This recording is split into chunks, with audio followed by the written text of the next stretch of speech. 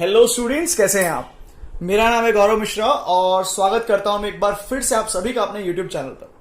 बच्चों, आज के इस वीडियो में we will be talking about pre fertilization event which is a topic of class 12 second chapter, जिसका नाम है sexual reproduction in flowering plants. So in the process of pre fertilization event 3 अलग अलग इवेंट्स होते हैं। सबसे पहला इवेंट जो होता है development of स्टेमन, microsporangia and pollen grain. The second event is development and growth of pistil, microsporangia and embryo sac. जो थर्ड इवेंट होता है वो होता है पोलिनेशन। तो अभी का जो वीडियो है हमारा, उसमें हम लोग बात करने वाले हैं about development of स्टेमन, microsporangia and pollen grain. आने वाले वीडियोस में पिस्टिल, माइक्रोस्पोरेंजिया, एम्ब्रियो सैक और पोलिनेशन के बारे में भी बात करेंगे। तो let us start about स्टेमन, microsporangia and pollen grain. तो अगर हम बात करते हैं स्टेमन के स्ट्रक्चर की, तो स्टेमन यूजुअली जो है वो अपने आप को एस्टैब्लिश करता है ऑन थैलेमस, या फिर ऐसा भी हो सकता था कि स्टेमन हमको देखने मिल जाता किसी पेटल के ऊपर।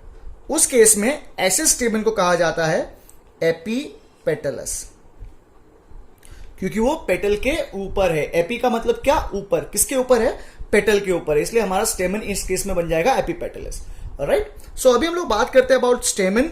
स्टेमन जो है उसके 3 यूनिट होते हैं। इसके अगर आप समझो तो इसके अंदर 3 भाग होते हैं। सबसे पहला होता है एंथर, ठीक है। दूसरा होता है कनेक्टिव और तीसरा होता है फिलामेंट। कनेक्टिव के बारे में मैं आपको पहले बता देता हूं क्योंकि छोटा सा ही पॉइंट है खाली। कनेक्टिव क्या करता है? एंथर और फिलामेंट को जोड़ने का काम करता है। कनेक्टिव का मतलब क्या होगा? ये कनेक्ट करता है, चीजों को आपस में जोड़ता है। ऑलराइट।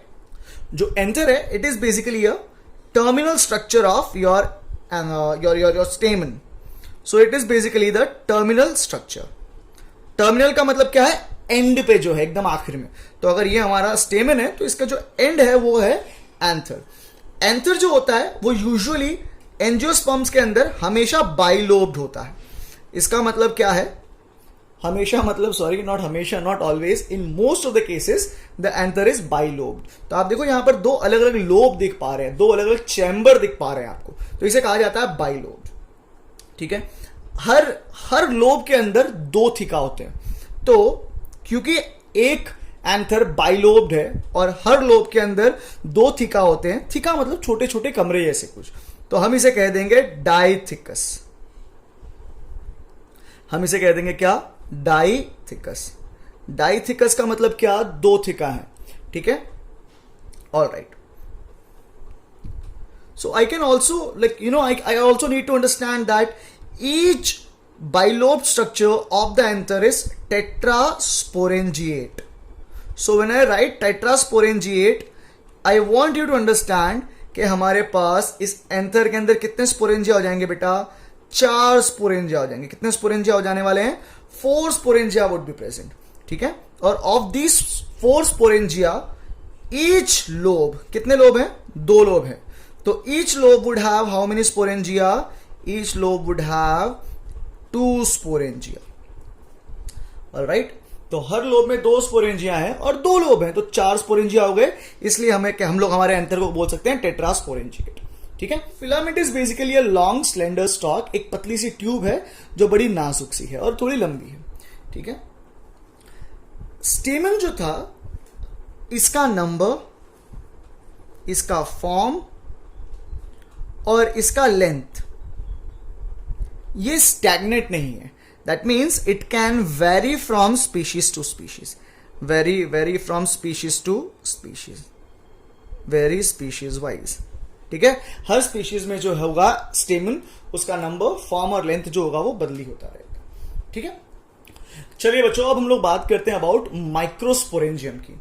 तो माइक्रोस्पोरेंजियम की अगर हम बात करते हैं तो it is basically circular in outline. ठीक है। सर्कुलर इन आउटलाइन, और इसके बीच में है ना, हमको क्या देखने मिलते हैं? Sporogenous tissue with sporogenous tissue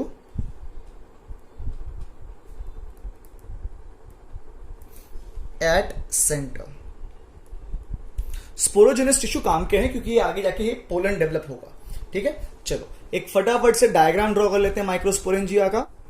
so अगर आप माइक्रोस्पोरेंजिया के स्ट्रक्चर की बात करते हैं तो this is how a typical microsporangia would look like. इसके अंदर 4 लेयर्स होते हैं। एपिडर्मिस जो कि का सबसे आउटरमोस्ट लेयर होता है, एंडोथीशियम जो कि का इनर सेकेंड इनर लेयर होता है, मिडल लेयर, मिडल के नाम से समझ में आता है कि ये बीच में कहीं पे फंसा हुआ होगा, और टेपेटम होता है। ठीक है, एक कनेक्टिव टिश्यू भी होते हैं। इस टेपेटम के अंदर आपको देखने मिलते हैं sporogenous tissue, sporogenous tissue.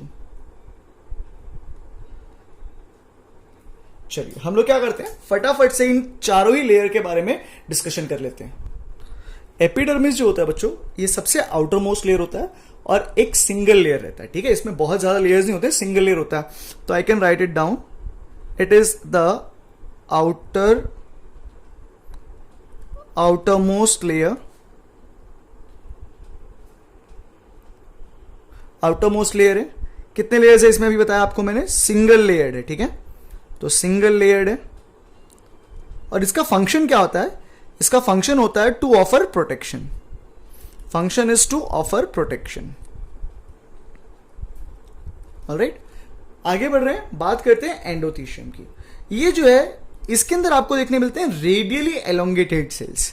Sales कैसे अरेंज होंगे यहां पर, रेडियली एलोंगेटेड सेल्स, है ना। यहां पर एक चीज बहुत काम की है, जो सेल्स होंगे उनके अंदर बैंड ऑफ कैलोस होगा। It contains band of callose, contains band of callose. अब ये कैलोस क्या करता है यार, देखो हमारा जो एंथर है, ये एंथर है। ठीक है, अब एंथर के अंदर तो पोलन होते हैं, तो हमको पता है। ठीक है, और पोलन निकलते कब है, जब एंथर फटता है। तो एंथर का जो फटना होता है उसे कहा जाता है डिहाइसेंस। क्या बोला जाएगा उसे, डिहाइसेंस। तो मैं लिख देता हूं डिहाइसेंस। ठीक है, ये डिहाइसेंस, एंथर तो अपने आप फटेगा नहीं, उसको फटने में ये जो कैलोस है वो मदद करता है। ठीक है, इट कंटेन्स बैंड ऑफ, जो एंडोथीशियम है it contains band of callose which helps dehiscence of anther। और ये एंथर केवल तब डिहाइस करेंगे या केवल तब फटेंगे जब हमारा एंथर पूरी तरीके से मैच्योर हो चुका होगा। ठीक है, जो अंडर डेवलप्ड होंगे उसके अंदर ये कैलोस होने के बावजूद हम देखेंगे एंथर जो है वो डिहाइस नहीं कर पाएगा। मिडल लेयर जो होते हैं इसके अंदर हमको देखने मिलता है 2 to 4 layers of cells, 2 to 4 layers of cells. ठीक है, आपको ध्यान रखना है, यूजुअली या तो इसके जो सेल्स हैं मिडल लेयर के, आइदर दे गेट क्रश्ड, जो सेल्स हैं, या तो ये पूरी तरीके से चकनाचूर हो जाएंगे। ठीक है, अगर बच गए, ठीक है, सेल्स जो है उनका 2 फेट होता है यहां पर, या तो वो क्रश हो जाएंगे, अगर बच गए मतलब वो परसिस्टेंट है, अगर ये परसिस्टेंट है तो उस केस में ये जो मिडल लेयर होगा उसके सेल्स क्या करेंगे, दे वुड स्टोर स्टार्च। हमको पता है ना, प्लांट की बात हो रही है, प्लांट के अंदर स्टोर्ड फूड किस फॉर्म में होता है, स्टार्च के फॉर्म में होता है। ठीक है, या तो ये स्टार्च स्टोर करते हैं या फिर they could also store any other reserve material, अब ये स्टार्च और ये रिजर्व मटेरियल किस काम में आने वाला है, ये जो स्टार्च था और ये रिजर्व मटेरियल जो है ये कंज्यूम किया जाएगा by MMC, used by MMC, microspore mother cell. MMC मतलब क्या हो गया बच्चों, माइक्रोस्पोर मदर सेल। तो एमएमसी जो है ये आगे जाके डेवलप करेगा पोलन ग्रेन में।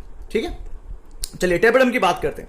टेपेटम की अगर बात हो रही है बच्चों, तो टेपेटम जो है ना ये सिंगल मोस्ट लेयर है। जैसे ये एपिडर्म में सिंगल था, वैसे टेपेटम भी कैसा है, सिंगल लेयर है। ठीक है,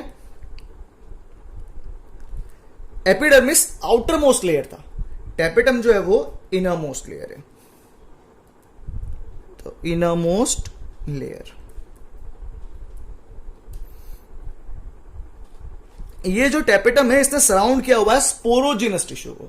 ठीक है, तो we will write that also, it surrounds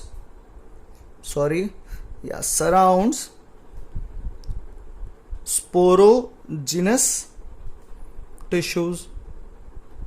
usually जो टेपेटम होते हैं उनकी सेल्स का साइटोप्लाज्म डेंस होता है।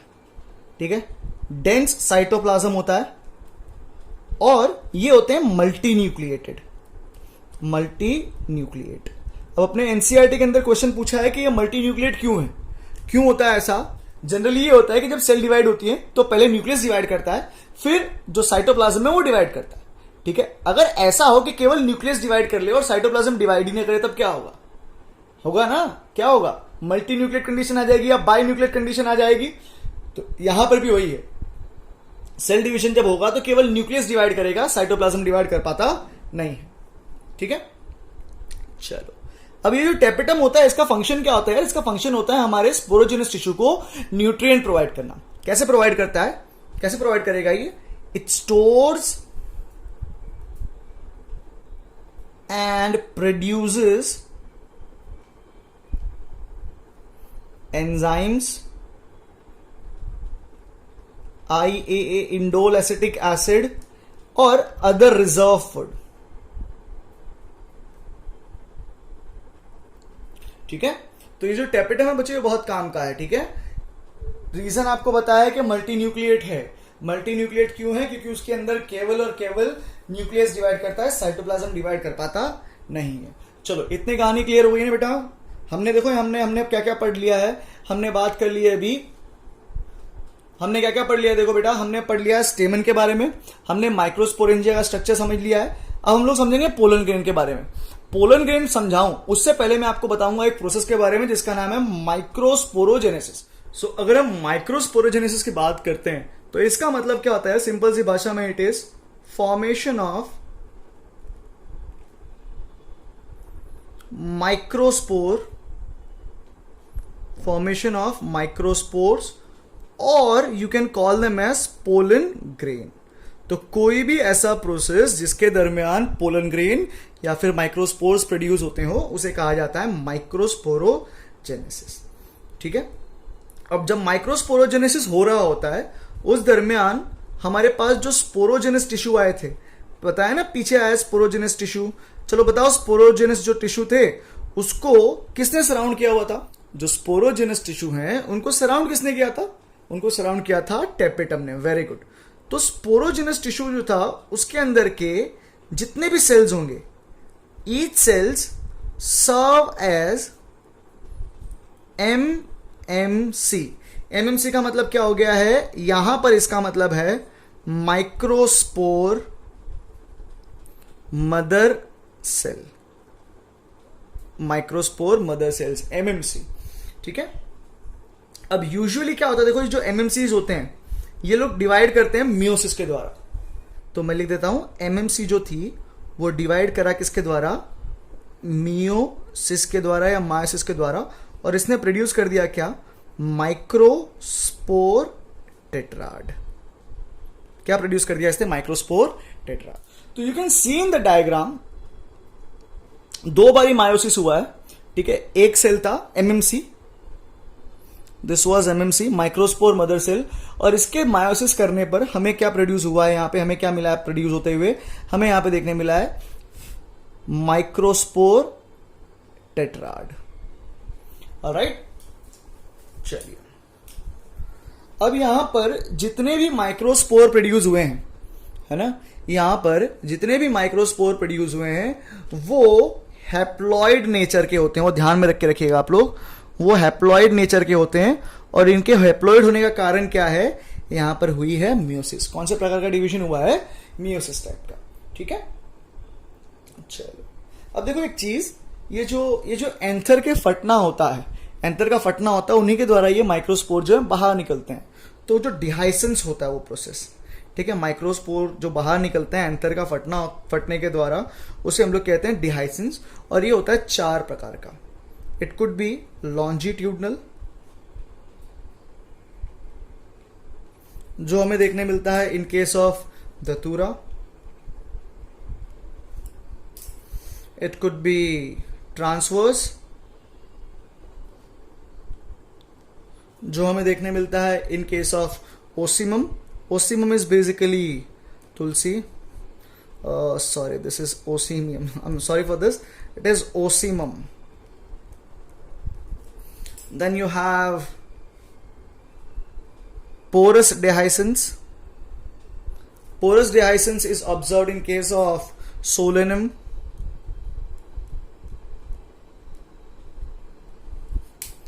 Then you have valvular dehiscence.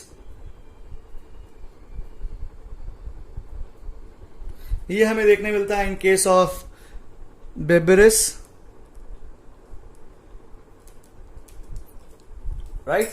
चलिए, ये जो बात हुई है बच्चों, ये बात हुई है about microsporogenesis. Now let us talk about pollen grains. तो एक टिपिकल डायग्राम है पोलन ग्रेन का, जहां पे आप दो तरह के सेल्स देख पाते हैं, एक वेजिटेटिव सेल और दूसरी जो होती है वो होती है जनरेटिव सेल. ठीक है. पोलन ग्रेन जो है बच्चों, अगर इसके बारे में जनरल सी बात करें तो it is basically the reproductive body of male. Reproductive body होती है ये फ्लावर के अंदर. It is the reproductive body of male in case of flower. ठीक है. यूजुअली इनका शेप होता है स्फेरिकल, और जो साइज होती है it could be anywhere between 20 to 25 micrometre. उससे कम ज्यादा भी हो सकती है, बट ऑन एवरेज 20 से 25 माइक्रोमीटर तक इनकी साइज होती है. ठीक है. अब किसी भी पोलन ग्रेन के अंदर आपको दो हिस्से देखने मिल सकते हैं. एक जिसे हम कहते हैं एक्साइन, ये बेसिकली आउटर कवरिंग होती है. ठीक है. It could be referred to as the outer layer. ठीक है. वहीं दूसरा होता है इनर लेयर, जिसे कहा जाता है इंटाइन. ठीक है. तो किसी भी पोलन के अंदर बच्चों दो लेयर हो सकते हैं या फिर दो भाग हो सकते हैं, एक्साइन और intine. Exine is outer part और inner part is referred to as intine. ये दोनों ही टर्म एक्साइन और इंटाइन कॉइन किए गए थे फ्रिट्ज के द्वारा. फ्रिट्ज के द्वारा, जिसका जो ईयर था वो था 1837. एक्साइन की अगर आप बात करते हैं तो एक्साइन, जैसे मैंने आपको बताया, जो पोलन ग्रेन होता है उसका जो आउटर लेयर होता है उसको हम लोग क्या बोल देते हैं, एक्साइन बोल देते हैं. ठीक है. So exine is basically hard and a cutinized layer which could be, ये या तो स्मूथ हो सकता था या तो ये स्पाइनी हो सकता था, डिपेंडिंग के कौन सा फ्लावर है. हमारा ये जो आउटर कवरिंग होता था पोलन का, या तो वो इस तरीके से स्मूथ हो सकता था या फिर ऐसा स्पाइनी हो सकता था, है ना. It would be also dependent के स्टिग्मा जो है वो कैसी है, रिसेप्टिव है कि नहीं है. बहुत सारी चीजें आएंगी जिसकी वजह से ये सब होता है. खैर, हमें ध्यान रखना है कि या तो वो स्मूथ हो सकता था या वो स्पाइनी हो सकता था. चलिए, अब एक और चीज समझनी है. जो एक्साइन है वो बनता है एक बहुत ही ज्यादा हार्ड सब्सटेंस का, जिसका नाम है स्पोरोपोलेनिन. अब यार, ये स्पोरोपोलेनिन की खास बात क्या है पता है आपको? ये हीट लेबाइल, हीट क्या, इसको मैं बोल सकता हूं हीट स्टेबल. ठीक है. इसके ऊपर हीट का कोई इंपैक्ट नहीं पड़ता. हीट स्टेबल बन गया है. ठीक है. दूसरे, अगर इसके बारे में आप बात करना चाहो तो it is resistant to enzyme activity. Resistant to enzyme activity मतलब जो हमारे एक्टिविटी, मतलब हमारे एंजाइम्स इसके ऊपर कुछ भी इंपैक्ट नहीं कर पाएंगे. ठीक है. तो ऐसा कई बार देखा गया है, और आगे भी ऐसा होगा कि कभी ऐसा होता है कि मास डिस्ट्रक्शन होता है. ठीक है. और धरती पर सब कुछ खत्म हो जाता है. तो ये जो पोलन ग्रेन है यार, क्योंकि इनके ऊपर स्पोरोपोलेनिन है ना, और ये बहुत ज्यादा रेजिलियंट है, हम देखेंगे हमारा पोलन इंटैक्ट रहेगा, फॉसिल बन जाएगा. ठीक है. फॉसिल बन सकता है हमारा पोलन. ओके. चलिए आगे बढ़ते हैं और इनर लेयर की बात करते हैं. इनर लेयर का नाम क्या बताया मैंने आपको? इनर लेयर का नाम बताया था मैंने आपको इंटाइन. चलो, इंटाइन के बारे में बात करनी है. तो इंटाइन जो होता है यार, कंपेरेटिवली थिन लेयर होता है. ठीक है. ये जो एक्साइन था ये डिसकंटिन्यूअस था. डिसकंटिन्यूअस का मतलब क्या है? इसने पूरे के पूरे पोलन ग्रेन को कवर नहीं किया, कई जगह पे खाली जगह रह जाती है. उस खाली जगह के बारे में बताता हूं मैं आपको, बट पहले इंटाइन के बारे में बता दूं. इंटाइन जो है वो थिन होता है और एक कंटिन्यूअस लेयर होता है. It is thin and a continuous layer. जो इंटाइन है, जैसे एक्साइन बना था स्पोरोपोलेनिन का, intine is made up of either cellulose और पेक्टिन, या फिर बोथ ऑफ देम कंबाइंड. वो बनता है सेलुलोज और पेक्टिन का. ठीक है. तो आगे जाके जब हम फर्टिलाइजेशन समझेंगे तो वहां पर एक टर्म आएगा पोलन ट्यूब। वो जो पोलन ट्यूब है वो भी डेवलप होती है because of the intine. Intine ही आगे जाके डेवलप करेगा पोलन ट्यूब के अंदर। तो मैं वो भी लिख देता हूं, intine develops into pollen tube. अब मैंने आपको बताया था यार ये एक्साइन जो है वो डिसकंटिन्यूअस लेयर है, बीच में खाली खाली सी जगह होती है, उस खाली जगह को हम लोग बोलते हैं जर्म पोर। जर्म पोर, ये जर्म पोर बहुत काम की जगह है क्योंकि जो पोलन ट्यूब डेवलप होगी इंटाइन के द्वारा वो इस जर्म पोर से ही होते हुए बाहर निकलेगी। ठीक है, क्योंकि ये जो एक्साइन था ये तो बहुत हार्ड लेयर है यार स्पोरोपोलिन का, तो जर्म पोर होना बड़ा जरूरी है। अगर जर्म पोर नहीं होगा तो हमारा जो पोलन ट्यूब था वो डेवलप नहीं हो पाएगा। अब जैसे कि आप यहां पर देख पाते हो यार, पोलन ग्रेन जो इसके दो पार्ट है अंदर, एक है वेजिटेटिव सेल और एक है जनरेटिव सेल। जब ये मैच्योर हो जाएगा हमारा पोलन तो इसके पास दो प्रकार के सेल मिलेंगे, एक वेजिटेटिव और दूसरा जनरेटिव सेल। जो वेजिटेटिव सेल होता है it is basically irregular in shape, irregular shaped. ठीक है, दूसरी बात क्या है इसके खास यार, ये जो वेजिटेटिव सेल्स होते हैं they are large and nucleated, and these vegetative cells, you know, they tend to store food. They are storage site of food, storage site for food. खाने को स्टोर किया जाता है यहां पर। ठीक है, वहीं पर जो जनरेटिव सेल होती है it is spindle shaped, it is spindle shaped, और इसके पास डेंस साइटोप्लाज्म तो होता ही है, साथ साथ में इसके अंदर आपको देखने मिलता है जो न्यूक्लियस है वो भी कैसा रहता है, इसका डेंस रहता है ना। तो हमारे पोलन के अंदर दो प्रकार के सेल हो गए, एक वेजिटेटिव सेल और दूसरा जनरेटिव सेल। ठीक है, चलिए आगे बढ़ के बात करते हैं हम लोग। एंजियोस्पर्म जो प्लांट होते हैं उनके अंदर जब पोलन ग्रेन शेड होते हैं, मतलब एंथर फटता है, तो जो पोलन ग्रेन रिलीज हुआ है most of them would have ये स्टेज जहां पर पोलन ग्रेन के अंदर दो सेल्स होते हैं। कई बार ऐसा भी हो सकता था कि पोलन ग्रेन के अंदर 3 सेल्स हो जाए, बट वो केवल 40%, अप्रोक्सीमेटली 40% ऑफ एंजियोस्पर्म्स के अंदर हमको देखने मिलता है। जो पोलन ग्रेन्स होते हैं they could serve as allergen. ठीक है, they could serve as allergens. Allergens are those agents जिसके वजह से हमें हो जाती है एलर्जी। ठीक है, तो अगर आप पोलन ग्रेन के बारे में बात कर रहे हो तो ये हमें कॉज करते हैं CRD।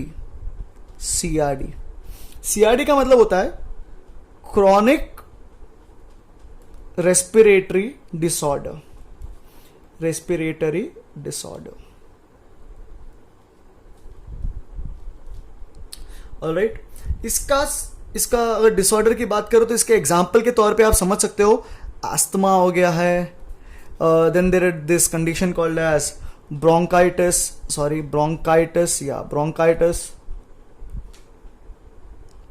ठीक है, हमारे पास एक पार्थेनियम करके एक ग्रास जैसा कुछ था, इसे हम लोग कैरेट ग्रास भी कहते हैं, पार्थेनियम नाम है इसका, parthenium. It is also refer to as carrot grass. अब इसे हमने इंपोर्ट कराया था, इसे नहीं कराया था एक्चुअली, हमने इंपोर्ट किया था वीट को, और वीट के साथ में कंटामिनेंट के रूप में ये पार्थेनियम आ गया। ठीक है, ये now it has become ubiquitous, मतलब हर कहीं पे प्रेजेंट है, and it is one of the prime allergen. It is prime pollen allergy cause करेगा हमें। अगर पोलन की एलर्जी हो रही है तो उसमें सबसे ज्यादा केसेस जो है वो पार्थेनियम के द्वारा कॉज किए जाते हैं। Pollen are also used as food supplements. आप फूड सप्लीमेंट्स के अलावा अगर आप चाहो तो you can actually refer to them as nutrient supplements भी बोल सकते हैं हम इसे। ठीक है, क्योंकि ये हमें उसको बढ़ाने में मदद कर रहा होता है, सप्लीमेंट्स जो है वो हमारे काम का हो जाता है। तो अगर आप न्यूट्रिएंट सप्लीमेंट या फूड सप्लीमेंट के तौर पर पोलन ग्रेन को यूज कर रहे हो तो ये क्या करेगा, ये परफॉर्मेंस एनहांस कर देगा। परफॉर्मेंस जो है वो है ना इंक्रीज हो जाता है। ये यूज किया जा रहा है बहुत हद तक एथलीट्स के द्वारा, और जो रेस हॉर्सेस होते हैं, जो रेस में घोड़े दौड़ाए जाते हैं, वो भी उन्हें भी मतलब बेसिकली पोलन खिलाए जाते हैं। पोलन ग्रेन का जो न्यूट्रिएंट सप्लीमेंट होता है वो खिलाया जाता है ताकि उनका परफॉर्मेंस जो है वो बढ़ सके। फिर आया एक पॉइंट जो कि क्या है, वायाबिलिटी। अब वायाबिलिटी का मतलब क्या होता है, जब हमारा एंथर डिहाइस हुआ, एंथर फटा, उसके बाद में पोलन रिलीज हुआ, तो वो जो पोलन रिलीज हुआ है वो कितने समय तक लाइव रह सकता है, कितने समय तक वो फंक्शनल रह सकता है, उसे कहा जाता है उसकी वायबिलिटी। अब ये जो वायबिलिटी है ये बेसिकली डिपेंड करती है दो चीजों पर। एक तो ये डिपेंड करती है टेम्परेचर पर, और दूसरा ये डिपेंड करती है ह्यूमिडिटी पर, टेम्परेचर एंड ह्यूमिडिटी। तो अगर आप वीट की बात करते हो तो जो वीट के पोलन होते हैं they are viable for approximately 30 minutes after the dehiscence of the anther. अगर बात हो रही है रोजेसी फैमिली के बारे में या फिर लेग्यूमिनोसा के बारे में, तो they could be viable for, इनके जो पोलन होंगे they could be viable for months. ठीक है, अगर आप चाहते हो कि इस पोलन को बहुत ज्यादा समय तक वायबल बनाए रखना है, तो these pollen could be stored in liquid nitrogen where the temperature is -196 degree Celsius.